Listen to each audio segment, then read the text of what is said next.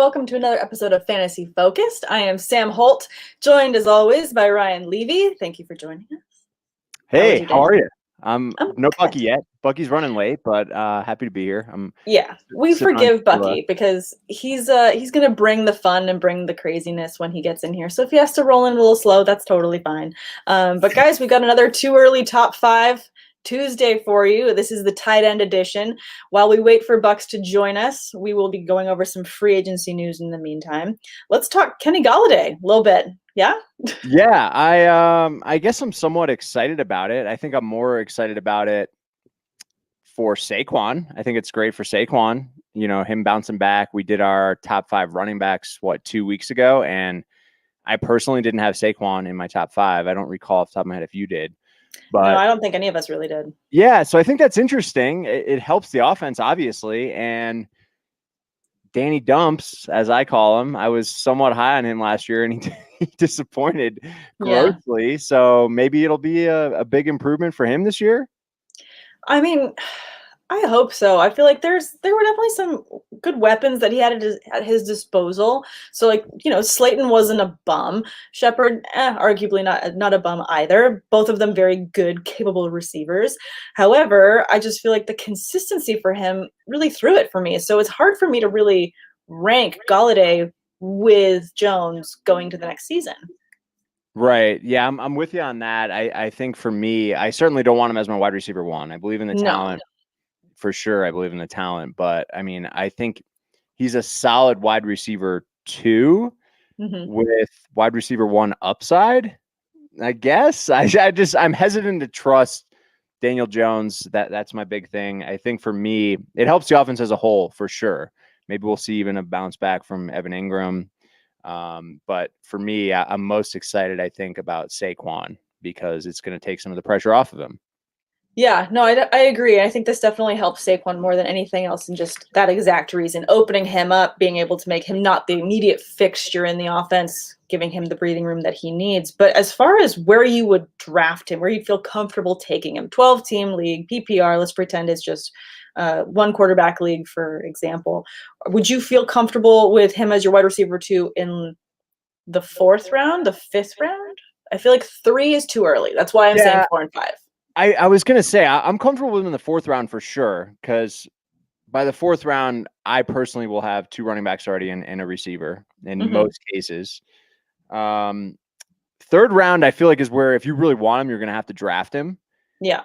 Because people still believe in the talent. I know last year was a weird year with the injuries and all that, but yeah. I mean, I'm comfortable 4th or 5th round, but I think if you really want him, in a lot of cases, you're going to have to reach into the 3rd round. I kind of think, I mean, obviously this is too early Tuesdays, so that's why it's fun to talk about speculation and free agency. But for me, I think even talking about Gallaudet now and the hesitancy that we both have right now, obviously this is newer news for us. We haven't had tons of time to chew on it, but I could see him dropping further as we get closer to draft time, because obviously we got the rookie drafts coming up. There's going to be some fun, exciting talent that people get really hyped on, and it's going to skew the draft potential for him. I think that ADP could fall. So I'm thinking if you could get him in the 4th, 5th round, that's good value. Yeah, I would love to get him in the 4th or 5th round for sure. I'm curious to see where Buckey is willing to draft Kenny Gallaudet. Hey, Buck. Hi, Bucks. I like Kenny G in the 5th. Yeah, in the 5th, right? You have to get him earlier than that if you want him. No. I think how high are you on the Jared Goff Kenny G connection here, pal? Oh, you mean the Danny Dimes? It's the Danny Dimes connection. My bad, that just happened. It just happened. I know. I'm in pure soccer mode right now. Sorry, folks. I totally literally just ended a stream here. Oh, I thought you were pulling the I don't know anything that's going on in the NFL like you did last week. Well, I really don't. Here for his best analysis. I'm here when everything is set on the chessboard. I don't know the pieces until I approach the board. It's okay. That's what you got Sam and I for. Exactly. Bucks just walked up thinking we were playing checkers. With Danny Dimes, I actually, 4th, 5th round. Yeah, I think that he could slide a bit further, and it just depends on how everyone else is sitting before before we move into real drafts. But let's talk a little bit more free agency before we get into our two early tight ends. What do you guys think of the new running back situation with the Texans? It seems like they're kind of collecting some. So they've got David Johnson. Now they've got Ingram. And now they've added another piece. Like, why? Yeah, with Phil Lindsay in the house now as well. I mean, I don't want any part of this offense really at all, personally. But what a I mixed certainly, bag. Yeah, it's just not great. I don't understand it. I'm running from that for a fantasy standpoint for sure. Bucky, how about you? I'm running. I'll always run away from that offense in general. Yeah, I feel like it's the opposite of like, have you guys ever had one of those mixed bags of fries at restaurants where they'll do the shoestring fries and the sweet potato fries and you get a little bit of everything? No, what the hell are you talking about? Is this some weird California stuff? It could be because we liked all of our fries. But I'm thinking this is kind of like a situation like that, but you just get a bunch of stuff in there that you didn't really want. There's just like fried goodness. Normally it's fried goodness, but then they like throw like a fried pickle in there and you didn't expect it. And then it's like touching everything else and upsetting the pot. Like, what are you doing all together? I don't get it. I like a grab bag. I like when I get a tater tot and a French fry mix. Ooh, yeah. But that's a pleasant surprise. I also like getting a little mini chicken nugget in there sometimes. Ooh, yeah. That's just getting lucky though. Yeah, that it must be very lucky. I mean, and Duke Johnson is, still there as well. So mixed bag of running backs there. I don't know what Houston's trying to put together, but I feel like they've never really done much with running backs before, but now it's a new system. So I don't know what to do with all the stuff that they have now. Yeah, I'm out. I'm running from that offense as a whole.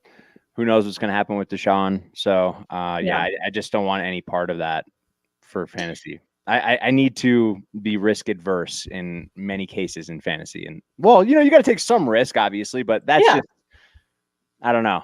Maybe in the last round, I'll take one of those running backs. Yeah, maybe. Late round flyer.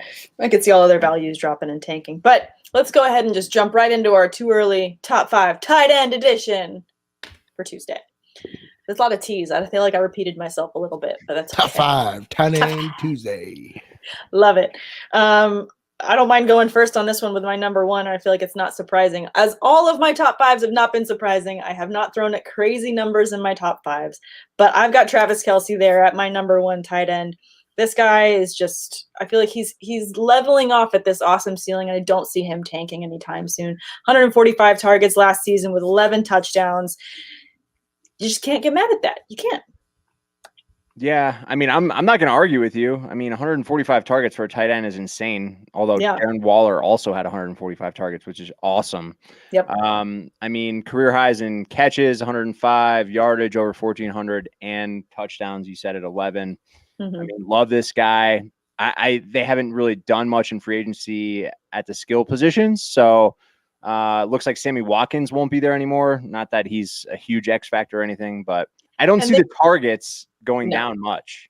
I don't either. And they did make an offer to Juju in the free agency market but Juju re-signed with the Steelers. And what that tells me, though, is that they're looking for another wide receiver to maybe take some pressure off of Tyreek Hill. But I don't see that, even if they did go and get another wide receiver, that affecting Kelsey. I think the volume is still there. I think Kelsey's always 1B. Or he's 1A and then Tyreek's 1B. I agree with that. I don't think that's ever going to change with those two in the lineup. Absolutely. So, Levy, what's your number 1? I've got Kelsey there as well, actually. So I'm not going to get cute at the tight end position. And he's a guy that I am comfortable taking in the second round. There's such a big drop off, or there was last year. I think there's some other guys that can get back up there in that same tier this year. But between Kelsey and Waller, if you look at last year, the drop off was insane. Steep. Absolutely. Very steep. So drop off. I will invest in him. Love it. Bucky, how about you? You're number 1. Are you going to get cute here? No, Travis Kelsey. I'm not an idiot. I'm many things, and I'm very much many things, but I'm not an idiot. I would never call you an idiot, but you do always surprise me. So I can't do it yet, but it's coming. Oh yes, it's coming. Yeah, I got some curveballs for you guys in my top 5 here as well. I was hoping I would be the one with curveballs. Fine. I don't think my number 2 is a curveball. Actually, maybe it is, but I'm going to go with Darren Waller at my number 2 position. As you just said. Chalk. chalk. I don't care. He had 145 targets, 9 touchdowns, and he was the leading receiver for the Raiders, and I don't see that changing anytime soon. He had 1,196 yards, 107 receptions on 145 targets. It's just the volume is crazy. So I just don't see that going anywhere. He's so consistent. And they're not shoring up their receiving position in a way that's making you think anyone's eating into those targets. Yeah, I'm with you. I do not have Matt number 2, though, actually, believe it or not. I don't either. Ooh. Hey, okay. This is where we split. Rolling the dice. Let's go. I actually have Kittle as my number 2. One thing you guys know about me, if you've been listening to Fantasy Focus for years now, I love me a good Iowa corn-fed boy.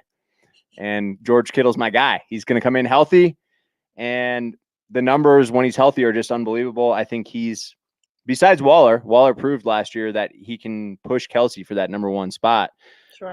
I think these 3 guys, no matter which way you want to cut it, are more than capable, and you should invest highly in them in your fantasy drafts if you believe in investing in a tight end. But in only 8 games, 48 catches, 634 yards, and 2 touchdowns last year. I mean, he's the guy there. I think he's the best pass catcher in that offense. So I am going to go with George Kittle as my number 2. And I think you can get him at a discount this year. I agree. You can definitely get him at a discount this year, just based on the numbers from last year, the injury issues that he's had. And he's had a lot of injury issues. And actually, he's not in my top 5. Whoa. Really? Okay. So there we go. You just validated me, Sam. Ha! Discount city. He's going to be at a discount. I'm just very, very nervous about the quarterback position there and who's going to be throwing him the ball. I just don't know what the future of that position is going to be for him. And for that reason, he had to take a jump off of my top 5. Fair. So I think there's 3 tight ends in the league that are utilized in the same way. I think it's Kelsey. I think it's Waller. I think it's Kittle. If I were to compare Kittle to Waller and Kelsey, I think Kittle is as close to a player as Waller, close to a player as Kelsey as anyone else in the game. And when he's fully healthy, I don't think it really matters who's throwing in the ball. That's the beauty of the tight end position, right? Like, throw him on the seam route. Get kit piece on that seam route. You're good to go. Sure. Goddamn. Tasty. Love that. So I'm gonna look on the upside of Kittle here. This is not based on like where I'm drafting guys, but I think the upside is really there for where you can land a guy like Kittle. We're talking third, fourth round, which I think is some good value there for Kittle. And Waller, I think, goes before him in most drafts. Yes. So I think I value Kittle a little bit higher than I value Waller. I think Waller is a very talented player, but I also love the player in Kittle. And I think Waller, with the season he had last year, is going to be on the forefront of fantasy drafting minds. And he's just going to be taken at a spot that I think might be a little overzealous for the player that he is compared to the season that he had. And that's not to take away from the fact that I think I'll just say it, he's my number 3, Darren Waller, but I have Kittle above him just because I know what Kittle can be. And Kittle's not getting up there in age. Kittle, he just, terrible injury, and he'll be back and we'll be good to go.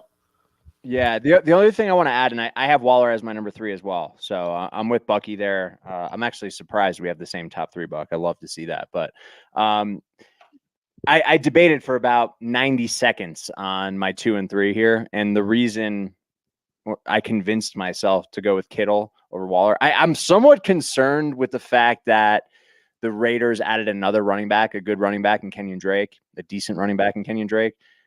Are they really going to continue to, or are they going to try to pound the rock even more and shy away from the passing game? I don't know. I'm a little bit skeptical, like why go at a guy like Kenyon Drake, who can also catch passes. So maybe Darren Waller doesn't need 145 targets, but either way, I still have him as my number 3. Sam, who you got at 3? This is where it gets crazy. I've got TJ Hawkinson at my 3rd position here. Okay, I don't mind that at all. Wow, love it.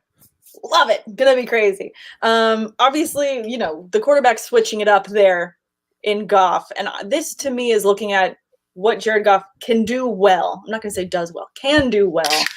Obviously he can dump it off the ball securely to someone like Hawkinson who can make a play out of anything. And I think that Hawkinson is going to be this big, cuddly security blanket for Jared Goff next season. And for that reason, he is going to be a huge red zone target for him. So I love seeing the idea of seeing those touchdowns go up as well as the targets go up, which, I mean, last season he was targeted 101 times, and that was in the top 4 of overall tight ends in targets. So all of my rankings have to do with targets overall and then touchdowns. So just that red zone threat. And I do know that there is a drop off at the tight end position, but when you're drafting someone like that, you want consistency there. So I do see the consistency in the catches week to week.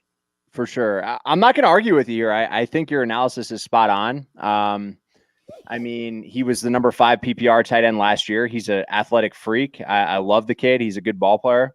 I actually have him at number 4. I mean, you look at what Goff does with the tight ends. If you look at last year in LA, 122 targets, 85 catches for his tight ends. Mm-hmm. So loves to them. me, who else is there in Detroit?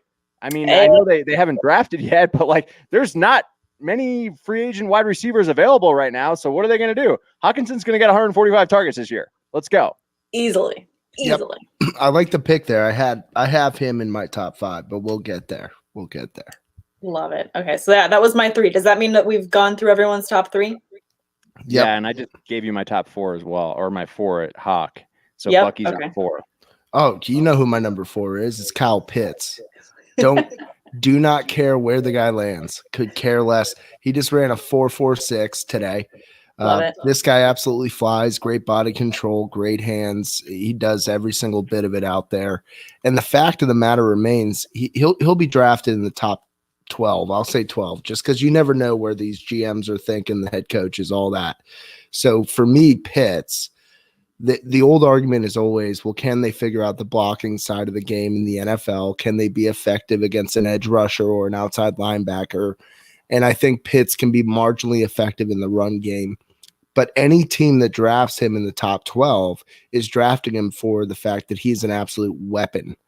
And weapons are there to be utilized in an NFL offense. And I think you can split him out. You can put him in the slot. You can put him lined up on the line. You can put him honestly, you could throw him outside. Florida did it many times. I mean, this is a guy that can play every position as far as pass catching positions on the field. And whatever team drafts him wants to utilize him from day one, they will find ways to get him involved in that offense, to the point where I think in terms of athleticism, I'm not sure that anybody we listed so far comes close to Kyle Pitts. Now, whether that mental part of his game is there in terms of finding those soft zones, finding the spacing. Florida ran a lot of timing routes with him, like posts and then post drags, things like that. So, I mean, there's a few elements where he might need to sharpen up his game.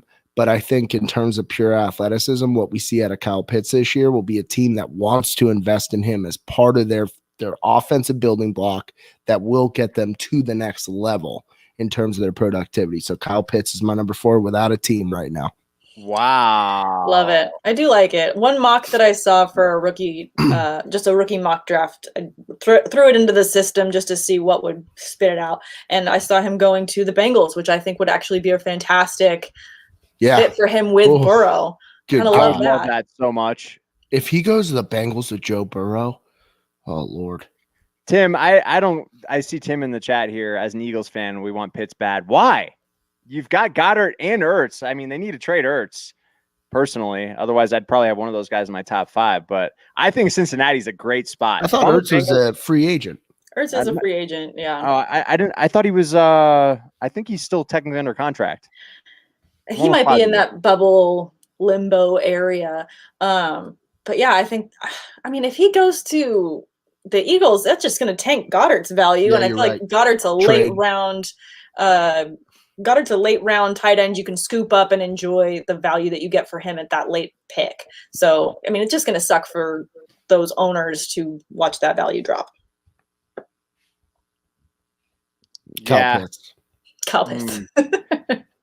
I mean, I like it for sure, Buck. It's ballsy, but you did confirm that Ertz is under contract still? He is under contract. They're talking about trade options. Yeah. Yeah, he's got an $8 million salary this year, so that's not ideal for for the Eagles. But yeah, I would love to see him in Cincinnati. If for Dynasty, I mean, Pitts, you got to invest highly in this guy, right? Pitts is a top 6 dynasty pick, easy. Yeah. Top 4. I'll try and target him in a couple of my leagues for. I win too much. I win too much to get any bit of him. I need to make some trades. I have one league I have one league that was brand new last year, and I just didn't have a good draft, so I said screw it, and I just set the whole team on fire, and I collected as many picks as I could get, and I think I've got like something ridiculous, like 7 first-round picks for this draft. So unbelievable. Get me some Kyle Pitts. Well, all right. What are the top 3 destinations in y'all's opinion for Kyle Pitts? Looking at the top 12 picks. For me, it's definitely Cincy. I don't think he's going to go to Miami or the Jets. I guess Atlanta's a maybe. I would say Dallas. He could go to Dallas. Ooh, that would be so sexy. I mean, I guess and it's Jerry. Who the hell knows what Jerry's going to do? Jerry's going to do what Jerry does. He's like, oh, I got CD Lamb. Oh, yeah, I got Amari Cooper. Well, let's do it. Like Kyle Pitts. But, I mean, I don't think Denver, Denver doesn't necessarily need him, even though he's a generational talent. So for me, I guess if I had to pick, I would go Cincy. Will Jenkins throwing the Chargers in there. I like that. Yeah. Chargers are all the way, at 13? Maybe they'd have to trade up for him, though. Could happen. I mean, generational talent. People do crazy things in the draft and move up to get him. So I could see them moving up to get him for that, for sure. I don't have Pitts in my top 5. I knew that we would hear. No, I knew we'd hear the top 5 reasoning from you, Buck. So I was looking forward to it. And I'm looking forward to targeting him. I'm all over him. Love it. The guy. I haven't given my 4th yet. Go ahead. Here's another one for you. Logan Thomas at number 4. Woo! Yeah. I like that a lot. I think you like him because I know you guys love that Fitzy magic, and I love that connection. And I want to see a lot of those targets go over to Logan Thomas, who already had 110 targets last season with 6 touchdowns. Another amazing talent at tight end, who I think you can still get a good value for in different drafts. I love me some Logan Thomas. Yeah, I actually look. He's a target hog. I guess. With Fitz there, I mean, I like Fitz, and I like that he looks for the tight end a lot, but I don't have him in my top 5, but I do have him in my top 10. So I'm okay with the Thomas pick for sure. And I think he's a player that flies under the radar for fantasy drafts. You can definitely get him in like the 10th round and absolutely be pumped about it. So yeah, I'm all aboard the Thomas train there. Sam. He's a great fallback option for you. No doubt. And if you can't tell, I still have no voice from a weekend in the Keys. Well, 5 days in the Keys. I got no voice. But you have a glow about you. You do. Well, you sit in the sun long enough. You should see my hair. It's a frazzled mess. I don't know how you ladies do this long hair stuff. Sam, what kind of product do I need for this stuff? I think that the key is getting a good comb to detangle while you're in the shower. Ooh, fair. Detangling comb is huge. Like it's the low key MVP of the hair products. Probably something you can't relate to though is I'm thinning at a rapid rate. So it just like kind of like Bucks, you know I work for a supplement company. Do I need to get you some collagen, some biotin? I'm already on collagen and biotin. Yeah. Are you on mine? Because mine's really good. Look at this. We need to talk offline. But I'm telling you, this collagen shit ain't what it's cut out to be. Unless you're getting the right product, I will get you the right product. That's fair. Anyways, so that's everyone's top 4. Have we gotten to everyone's? I've gotten everyone's top 4. Bucky, you want to do number 5? I have the Hawk. I have the Hawk at 5. Oh, okay. Okay. I love the pick there. I feel like I was moving Hawkinson and Logan Thomas kind of like this, and then I was like, no, Hawk. I guarantee you I have my number 5. None of you have thought about putting this guy in your top 5. Probably not even top 10. So I'm throwing a major curveball dart here at you guys, but those usually miss the board. Those usually go into the wall, and then my mom says, "Damn it, why?" Yeah, this guy put a hole in the wall here, but I've got Tyler Higby. Tyler Higby. Tyler Higby, okay. At number 5, there was a lot of hype headed into the 2020 season for Higgs. And I'm not saying this just because he went to the same high school as Buckey and I. Shout out Eastlake. I am saying this because there is no Everett in town. You look at what he did down the stretch in 2019, and you look at what Matthew Stafford does with a tight end. That's what I'm looking at here. I mentioned it earlier, but last year with Hawkinson, I know obviously different player and everything, but 101 targets at the tight end position in Detroit. So for me, Higby last year only had 60 targets, 128 fantasy points, but Everett had 62 targets too. So if I can get 120 targets out of Higby, I think the top 5 upside is serious here. This guy in 2019 down the stretch won a lot of people fantasy leagues, or at least catapulted you into the playoffs or into the championship. So for me, I'm going to bank on him returning to 2019 form. I'm going to punt the tight end position like I often do in fantasy leagues, and I'm going to invest in a guy like Tyler Higby because I think the upside is tremendous in 2021. I love that pick. I like the pick. I think Dallas Goedert is somebody I'd prefer over Higby just for the upside as well. But sure, I don't mind that whatsoever. My perspective on tight end has changed. I think you got guys like Kelsey, Waller, Kittle that are pure echelon above at a position you can only start one man at. And factor in Kyle Pitts, I think there's 4 with that upside potential, really taking your team over the top. So I feel like a top 3-round draft pick on a tight end this year, it might be for not. Maybe last year was an anomaly. We don't have that really clear top 10 where it's just a pecking order there between the separations of the statistics. But yeah, I can see Higby making a major impact. And I hope he does. Shout out Eastlake. Yeah, I hope he does too. I feel like I didn't put Higby in my top 5, and I thought about it, to be honest. But then I know that Tate and I kind of go off on Higby a lot on the debate, and there are just like massive love for Higby. So I was like, no, I'm not going to do that pick because I love all the arguments. I completely agree. I think it's a fantastic fit with Stafford. And I like with Everett gone, I just don't see his targets dropping. I think if anything, they could go up. So I do like the pick there. Definitely a top 10 tight end for me. Buckey, did you give your 5th? Yeah. Hawkinson. Yeah. Hawkinson. But my number 6 is the guy Bob Tonyan. My number 5 is Bob Tonyan. Yeah. Bob Tonyan all day. So my reason for him Sam is fired up tonight, by the way. I like it. Let's go. No, I love him. And so I wanted him in my top 5 as well. So he's there for me at number 5. Obviously, he didn't have stellar targets, but what I love was his efficiency with those targets. So he had 52 receptions and he was targeted 59 times. That's fantastically efficient.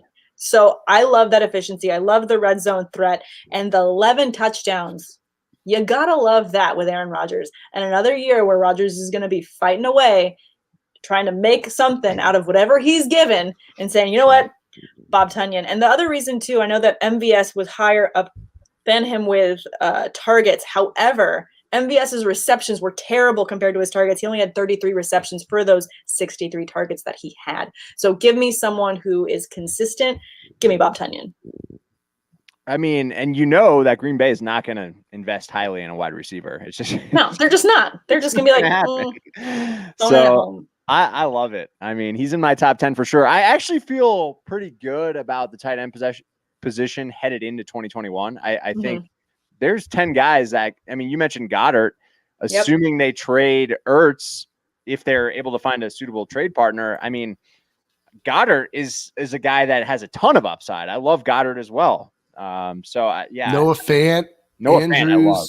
And Andrews, though, goddamn. Gesicki? I like Gesicki. Hunter Henry in New England. Yeah, but it's a mixed bag now in New England. Now they got 2 tight ends there. It is.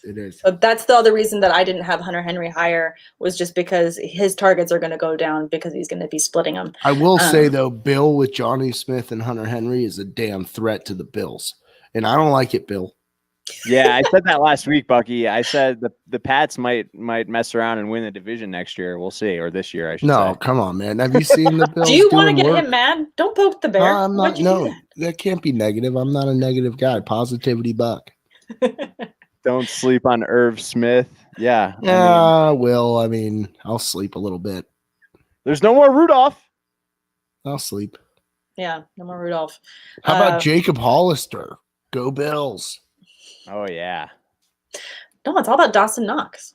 I love Dawson. If he can catch a football, he makes the outstanding plays look easy and the easy plays look just diabolical. This one. What about Mo Alley if one stays? No. No, I don't have him in my top 10. I think there's actually some depth there, Babino. Yeah, no, not top 10, but I like all your guys' top 5s, and I think there was some fun had. Yeah, indeed. For the record, I think Jonnu's going to have a better fantasy season than Hunter Henry. So that's the New England basket I'm putting my eggs into at tight end. I dig it. I like Jonnu. I mean, I think they could both finish as top 15 guys, but I think we're seeing that young crop of tight ends now kind of elevate themselves a little bit. The guys drafted 3, 4, 5 years ago, where tight end is a more senior position in the NFL. It always has been. Mm-hmm. We're starting to see them kind of push the top. So really, if a more valid analysis I feel here is like top 12 tight ends, really. This is because true. I do think we're starting to see that maturity factor in Dawson Knox in his 3rd year, Hunter Henry in his 4th, Jonnu Smith coming into his prime.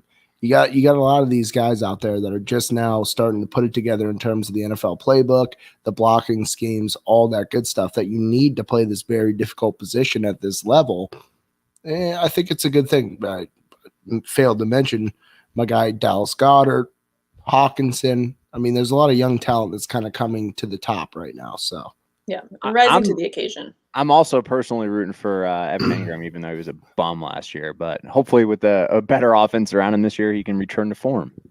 See, with Gallaudet going there, though, that's why I didn't put Ingram in my top 5, just because he's going to be eating into those targets. He's such a big guy. I feel like he's going to be that other red zone threat and take off the pressure, and it's just making more reasons for me to not, fall smitten with Ingram. Yeah, no, I hear you. And Babino, I saw you just tuned in late here, but Sam had Logan Thomas at number 4.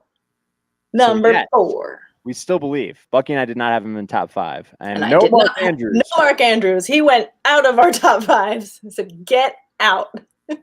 Yeah, I mean, there's talent at tight end this year. So I probably have Andrews in my top 10, yes.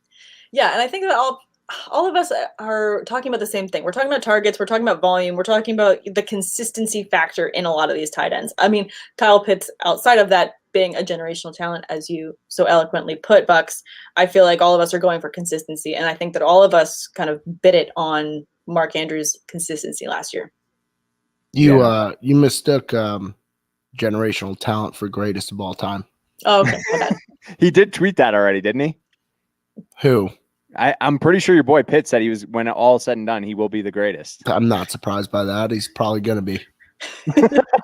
And Tim, no, I mean, I love me some Gronk, but there's just too many mouths to feed there in Tampa Bay. I mean, I'm a diehard Bucks fan. I know Bucky's a Bucks fan. Secondary, Tater is a diehard Bucks fan, but there's a lot of mouths to feed there. Even at the wide receiver position, I'm certainly not investing heavily in these guys. I will spread some bullets, but just don't know who on any given week is going to be the guy. And OJ Howard comes back this year as well, in addition to Cam Brate. But Gronk's a good piece to pick up real late. Oh, yeah. Late, but no fantasy season runs late enough to really get the benefits of Gronk, as he tends to be better towards playoffs. Yeah, like, hey, Gronk, you've been, partying. What was the party rock anthem? You've been party rock antheming. You've been doing all your YouTube videos and whatnot. And it's playoff time now, Bubba. It's time to come back and make a little statement on the NFL. Like, by the way, you're still playing football. I'm still playing football. Oh yeah, okay. I'll go catch a ball or two. Undefeated in the end zone. Undefeated this year. Buccaneers. Let's go. Oh man, no. Stop. You're crazy. No. I mean, look, I will root for the Buccaneers to go undefeated. It's in a different era now. Parity is real. All right. Fair enough. All right, love it. Thanks, guys, for tuning in. Please comment who your top 2 early top 5 tight ends are. And go back if you haven't already. We covered 2 early top 5 quarterbacks, 2 early top 5 running backs and wide receivers. Please go ahead and check out that content and comment. Let us know if you disagree with us. Love it. Feed us with your comments. We appreciate it. And if you haven't already, please hit subscribe. Really appreciate it. See you guys next week. See ya. Have a wonderful week, guys. Bye. Good night, sweet princes and princesses. Jeez.